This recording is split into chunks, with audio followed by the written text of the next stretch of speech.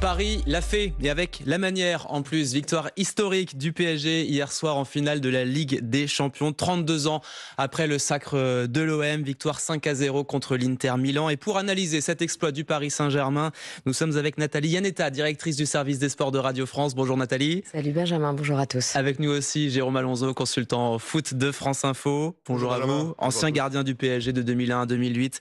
2 Coupes de France, une Coupe de la Ligue à votre palmarès, on le rappelle quand même. On va donc évoquer ce match hier soir avec vous. D'abord, même question à tous les deux. Qu'est-ce que vous ressentez, d'abord votre ressenti? Vous avez vécu cette soirée avec nous avec beaucoup d'émotions. Honneur à Jérôme en tant qu'ancien du PSG. Beaucoup de fierté en tant qu'ancien, vraiment, parce que je sais que la route a été longue et parfois semée d'embûches. On se rappelle évidemment de la remontada. Il y a Manchester United, il y a eu les dernières Dortmund, 2 matchs perdus en demi. Donc voilà, je pense que c'est un gros soulagement pour les garçons aussi, pour tout un public, pour toute une génération de gamins aussi. Je crois que c'est un PSG qui rassemble beaucoup. C'est ça que j'ai ressenti hier. C'est assez nouveau, ça rassemble toutes les générations, beaucoup de jeunes. C'est une équipe qui est très jeune aussi. Donc voilà, j'ai vécu ça comme un grand moment de partage. Et ça fait du bien. Et voilà, ce PSG est extrêmement populaire et est apprécié, voire même adoré de beaucoup de gens. Des jeunes surtout, ouais, vous avez raison. Nathalie ? Moi, je suis époustouflée. Franchement, j'ai dormi 2 heures en sortant du parc. J'ai la chance d'avoir fait beaucoup de finales de Ligue des Champions. Ça, c'est inédit, c'est historique. Et ils sont éblouissants, ces garçons. Nathalie, Jérôme, franchement, ce score de 5-0, est-ce que vous y attendiez? Personne s'y attendait vraiment. Eux non plus, manifestement. Ouais, non plus, non. Non, c'est vrai. Non, mais pendant le match, je me disais, mais je suis pas en train de voir ce que je suis en train de voir. C'est pas possible, en fait. Parce que là, on parle du très très haut niveau. Alors, ça s'appelle la Coupe d'Europe. Ouais. C'est le très haut niveau mondial en club. Ouais. C'est les meilleurs clubs du monde là, qui s'affrontent. Ça n'est jamais arrivé dans l'histoire. Jamais. Mais c'est le score le plus large en finale de Ligue des Champions. Au moins comme ça, on commence par un record. Bon, la première, c'est un record. Parce que ça, c'est fait. Mais pendant le match, j'ai jamais vu le PSG, enfin, à ce niveau-là, si, mais l'Inter à ce niveau-là, tu te dis, mais est-ce que c'est le PSG qui les rend si mauvais que ça? Ou est-ce qu'ils sont rincés physiquement? Est-ce qu'il y a vraiment eu match d'ailleurs? Ah non, jamais. Non, jamais. Il y a eu une équipe. Il y a eu 4-5 minutes où ils sont un peu observés. Bon, c'était un peu. Mais à partir, on va dire, de la 6e minute jusqu'à la 90e, c'est une leçon. Honnêtement, si j'enlève l'affect un peu, ce match, c'est un chef-d'œuvre. Oui. Franchement, c'est un chef-d'œuvre. Ah non, c'est un chef-d'œuvre. Ah non, rien. C'est ça qui est fou. Normalement, il y a toujours. T'as un temps faible. Je ne dis pas un mauvais temps, mais un temps faible. À aucun moment on les a sentis en danger. Ils ont absolument maîtrisé leur partition. Après, en face, effectivement, il y a le PSG qui était au-dessus, mais il y a surtout aussi l'Inter qui était en dessous de tout. J'ai pas eu le temps de regarder les unes de la presse italienne avant de venir, mais je crains qu'ils ne se fassent démonter parce que tu peux être un peu déstabilisé par un adversaire qui maîtrise son foot, qui est virevoltant, etc. Mais pas pendant 90 minutes assommé à ce point. Moi, ça m'a fait penser à la demi-finale de Coupe du Monde en 2014 entre l'Allemagne et le Brésil, où il n'y avait qu'une équipe sur le terrain, où on a cru à chaque moment que voilà, le Brésil allait se reprendre. Ça n'est jamais arrivé, c'est ce qui est arrivé. Je ne pensais pas que d'un côté, il y aurait tout. Absolument tout. De l'autre côté, physique, mental, tactique, masterclass, à tous les niveaux. Et d'un côté, rien, effectivement. Alors, est-ce que c'est l'équipe qui est rincée, qu'elle a perdu le titre en Italie? Elle a perdu le titre. Ça a pu peser sur le moral, ça. Honnêtement, elle a tout perdu en 3 semaines, cette équipe. J'avais eu mal à mesurer l'impact. Nous, on pensait avant le match qu'au contraire, cette Inter serait revanchard. Il y a 2 ans, elle perd contre City. Et franchement, alors pour le coup, il y a 2 ans, ils font un très gros match. Et c'est même mal payé. Et on s'est dit, cette équipe-là, il y avait quasiment les mêmes joueurs. Enfin, ils vont montrer autre chose, ils vont proposer quelque chose, même si Paris est plus jeune et meilleur.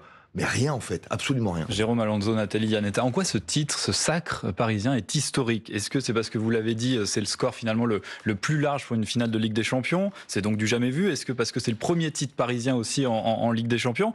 Est-ce que c'est parce que ça se passe 32 ans aussi après Marseille? Ça fait 32 ans qu'un club français n'avait pas gagné en Ligue des Champions. Est-ce que c'est un peu tout ça à la fois aussi? Oui, c'est tout ça. Bien sûr. C'est tout ça. Pour une première, pour le PSG, déjà il y a la souffrance avant. Je pense que ça contribue à apporter une touche d'histoire aussi. Mais de toute façon, le sport de haut niveau, tu perds avant de gagner. Enfin, on le sait tous. Donc Paris le sait. Mais pour ta première en Champions League, tu fais l'un des plus beaux matchs, pour moi, que j'ai vu de l'histoire du football français. Non, mais c'est pas parce que je suis un ancien parisien. C'est un des plus beaux matchs de club, d'un club français en Coupe d'Europe. Point. Et donc tu commences par ça. Ton premier sacre, c'est une masterclass. Donc en cela, c'est évidemment historique. Oui, c'est historique parce que aussi, vous l'avez dit, c'était très attendu. Enfin, c'était une anomalie que dans un pays comme la France, qui est double champion du monde, double champion d'Europe, où on a vu des générations entières se succéder, en tout cas d'un point de vue de sélection, les clubs soient à ce point à la ramasse dans le classement du palmarès européen. Donc c'est historique pour ça. Et il se trouve qu'ils y sont allés avec la manière. Et franchement, un 5-0 en finale, je pense qu'ils vont être à jamais les premiers à avoir un score comme celui-là, vraiment. Alors on n'est pas prêt de revoir. À jamais les derniers du coup aussi, je pense. Voilà. Justement ce match qui nous écoute. Voilà, justement, Julien Froment a suivi ce match pour France Info hier soir. Julien, on vous retrouve en direct de Munich. Bonjour. Bonjour Benjamin, bonjour à toutes et à tous. Vous avez été parmi les derniers à voir les joueurs du Paris Saint-Germain hier soir à Munich. Qu'est-ce que vous avez ressenti d'abord chez eux et qu'est-ce qu'on sait de leur soirée, de leur nuit ? Ça a été une joie immense. Vraiment, on a vu des images, notamment le petit João Neves. Il a à peine 20 ans, le milieu de terrain portugais. Il avait les yeux qui brillaient, il était quasiment en larmes après cette victoire en finale de la Ligue des Champions. Marquinhos, bien évidemment, c'est le capitaine courage de cette équipe du Paris Saint-Germain. C'est lui aussi qui a tout connu à Paris et surtout les galères en Ligue des Champions, les désillusions. On en a parlé, la remontada de 2017, 2019 face à Manchester City, la défaite en 2020 en finale face au Bayern Munich, et on a senti un Marquinhos tout simplement, on lui a enlevé sa croix derrière son dos, on lui a enlevé son fardeau et il a enfin remporté ce qu'il méritait tout simplement après tous ses efforts engagés avec le Paris Saint-Germain. Ça a été un sacerdoce pour lui. Il est au club depuis 2013 et le capitaine brésilien, on l'a senti libéré d'un poids et heureux d'avoir enfin cette Ligue des Champions dans les mains. Quant aux festivités, alors vous savez, le Paris Saint-Germain n'est pas très partageur à ce niveau-là, mais on a vu bien évidemment les joueurs aller dans le car qui les a emmenés ensuite à leur hôtel dans une ambiance assez phénoménale, les klaxons. On a aussi vu le directeur du football, Luis Campos, avec la Ligue des Champions dans les mains, célébrer devant les médias. On imagine que la nuit a été très très très très courte et les joueurs nous ont aussi dit, là c'est très bien, on fait la fête, c'est super, mais surtout maintenant la vraie fête, la vraie de vraie, c'est demain, donc aujourd'hui à Paris avec nos supporters. Une fête que nous allons suivre bien évidemment en direct sur France Info, sur les Champs-Élysées aux alentours de 17h pour cette parade sur les champs avec les supporters, la réception à l'Élysée avec le président de la République et la grande fête au Parc des Princes évidemment ce soir avec les abonnés du stade. Merci Julien Froment pour ces précisions sur la soirée des Parisiens. Dans un instant on va parler d'un joueur en particulier, un certain Désiré Doué qui a beaucoup fait parler de lui hier soir. Ce sera juste après le fil info à 8h40 avec Étienne Cholez. Le Paris Saint-Germain peut désormais, s'il le souhaite, arborer une petite étoile au-dessus de son blason. Petite, mais ô combien précieuse, symbole pour l'éternité de cette victoire hier soir en Ligue des Champions. Match exceptionnel des Parisiens, 5-0 face aux Italiens de l'Inter Milan. Un score jamais vu en finale de la plus prestigieuse compétition européenne de football. On l'apprend à l'instant que pendant les célébrations de la victoire parisienne à Dax, dans les Landes, un jeune homme de 17 ans est mort poignardé. L'auteur des coups de couteau est en fuite. Selon la police, les circonstances sont encore inconnues. Le mémorial de la Shoah et 3 synagogues ont été aspergées de peinture verte à Paris. Une enquête est en cours. Dégradation commise dans la nuit de vendredi à samedi. Pas de message, pas de revendication non plus pour l'instant. Mais des réactions politiques comme celle du ministre de l'Intérieur Bruno Retailleau fait part de son immense dégoût devant ces actes odieux qui visent la communauté juive. France Info. Le 8-30 France Info, Antoine Comte, Benjamin Fontaine. Nathalie Yanetta, directrice des sports de Radio France, est toujours avec nous et en compagnie également de Jérôme Alonso, consultant football pour France Info et ancien gardien de but, notamment au PSG. On est dans un 8-30 un petit peu spécial au lendemain de cette grande victoire du PSG 5-0 contre l'Inter Milan. Et je voudrais qu'on parle d'un joueur, un jeune joueur qui n'a même pas 20 ans, Désiré Doué, qui est auteur d'un doublé, d'une passe décisive. C'est lui l'avenir finalement du foot parisien et aussi du foot français. Je pense. Il arrive de Rennes, où déjà quand on commentait les matchs, on voyait que c'était un joueur à part. Mais il arrive de Rennes, c'est un prospect comme on dit dans le jargon. Il arrive au PSG, il joue pas au début. Ça se passe pas très très bien d'ailleurs. Quand il joue, c'est moyen et tout. Et puis il y a ce déclic quand il rentre à Liverpool où il fait basculer un petit peu le match là-bas. Et ce que je vois hier, Alors évidemment, c'est une masterclass de lui aussi. Il a 10 sur 10 chez nos copains de l'équipe, ce qui est extrêmement rare, voire unique en finale de Ligue des Champions. Mais quand je vois ce gamin-là, je vois ce qu'on va voir après. En fait, je suis très content de ce qui s'est passé hier soir, mais lui, c'est l'avenir. C'est l'avenir du PSG, effectivement, parce que ils sont 3 ou 4 à avoir 20 ans dans l'équipe. Les anciens, c'est Marquinhos qui a la trentaine et Donnarumma qui a 26 ans, vous imaginez. Ouais, c'était le plus jeune effectif. Et pourquoi pas être en train d'assister à la naissance d'une dynastie, comme il y a parfois dans les grandes équipes de basket, de foot, de hand, de volley. Voilà, mais je pense qu'on est en train d'assister à ça.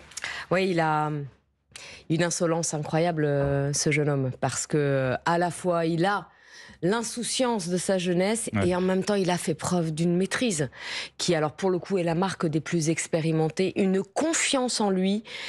Il dégage ça, Désiré Doué, qui est assez fascinante. C'est un pari que fait Luis Enrique hier. Normalement, c'est plutôt Barcola que tu dois mettre en titulaire. Il dit à ce gosse quelques heures avant la finale, vas-y, elle est pour toi. C'est toi.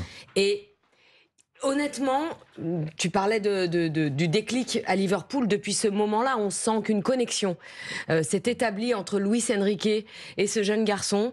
Et oui, on est en train d'assister à l'éclosion au-delà de la dynastie peut-être parisienne. Mais lui, là, demain, il va aller pour la première fois à Clairefontaine. Enfin, je veux dire, il est en train de se passer un truc autour de ce jeune homme qui va avoir 20 ans. Oui, et demain, il va retrouver l'équipe de France. Il va avoir 20 ans dans quelques semaines. Ouais. Bon, voilà, ça fait partie des grands espoirs du football français. Il aura 20 ans mardi. Ouais. La semaine de Liverpool, rappelez-vous, Liverpool, il fait un bon match, mais il tire le tir au but décisif. Faut y aller, ce fameux geste. Pour faire ça, quand même, à 19 ans, faut y aller. Et la semaine d'après, il met le tir au but contre la Croatie avec l'équipe de France.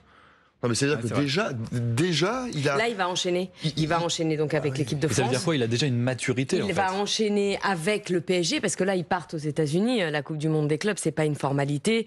Je pense que vu l'appétit qu'ils ont, ils vont vouloir tout enchaîner. Est-ce qu'ils seront capables de... Ils ont déjà fait le triplé, là, entre le championnat, la Coupe et l'Europe. Est-ce qu'ils vont être capables de faire un quintuplé? Parce qu'il y a aussi la Supercoupe et donc cette nouvelle compétition. Avec des gosses comme ça, tu peux y aller. Parce qu'ils ont le mental et ils ont la fraîcheur aussi. Ils sont pas usés. La pression... en plus, c'est une nouvelle génération. La pression, ils la prennent autrement que l'ancienne génération. Comment on fait, Jérôme, justement, pour gérer, pour rebondir après cela, après un tel événement? Vous l'avez dit, il y a cette coupe qui arrive à mi-juin, 15 juin. Pour le coup, c'est une vraie inconnue. C'est une nouveauté pour le PSG, ce titre. Et la Coupe du Monde des clubs en juin, c'est une nouveauté aussi. Donc là, je ne pourrais pas vous répondre. Mais effectivement, là, je suis Nathalie. C'est que avec eux, franchement, j'en sais rien. Je m'attends à tout. Et surtout au meilleur. Parce que, alors oui, c'est vrai que peut-être la tête dans les étoiles un peu. C'est la seule chose qu'on peut. Et puis et puis je vais vous dire quelque chose. Si on perd au premier tour de la Coupe du Monde des clubs, qu'est-ce qu'on en a à foutre? Franchement, oui, honnêtement, c'est pas très. Là, pour le coup, c'est du bonus. C'est du bonus, c'est du spectacle. Voilà, là, c'est le gala. Là, l'essentiel est fait. Et puis, s'il passe à côté aux États-Unis, franchement, c'est pas les gars, c'est pas grave, on vous en voit pas du tout. Jérôme Alonso, il y a un autre homme qu'on a envie de retenir dans ce match, évidemment, c'est l'entraîneur Luis Enrique, qui a réussi à construire un collectif, vous l'avez dit, assez incroyable et prometteur. Qu'est-ce qui a été déclencheur, finalement, dans la préparation mentale, selon vous? Il y a beaucoup de choses. Je crois que mentalement, effectivement, on peut associer ça à une sorte de gourou, peut-être, qui a, dans le bon sens du terme, au niveau du sport. Parfois, ça existe que des coachs comme ça emmènent leurs équipes à un endroit où nous, moi, fin novembre, je sais pas Nathalie, toi, mais moi, fin novembre, au soir de la défaite à Munich, quand il nous dit tout va bien, je dis mais non, monsieur, tout va bien. Mais en fait, non, pas du tout.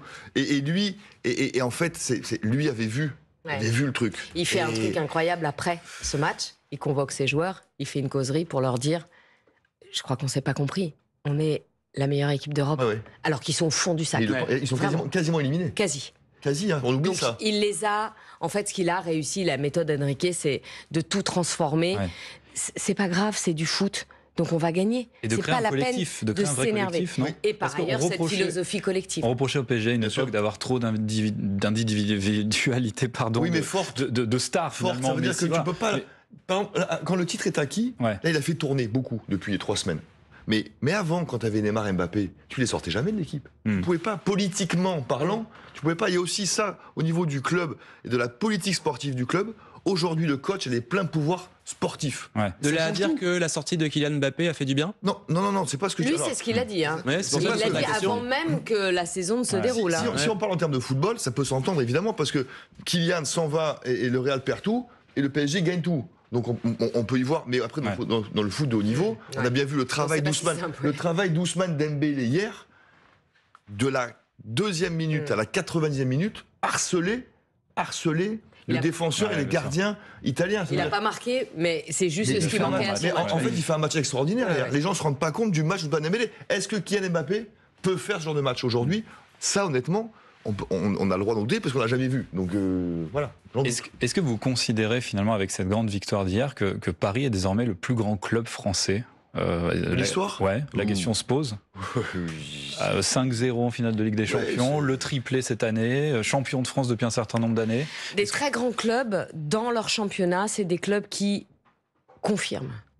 Donc oui, à échelle nationale, aujourd'hui, compte tenu des titres de champion de France, des titres de Coupe de France, et maintenant cette étoile de la plus grande compétition européenne, factuellement, c'est le plus grand club. Maintenant, pour devenir un très grand club référence européen, comme le Bayern, comme le Real, comme la Juve, comme Manchester, il va falloir enchaîner. Et ce qui est bien avec cette équipe-là, je termine là-dessus, c'est que pour une fois, quand on voit ces gamins jouer, on parle plus d'argent.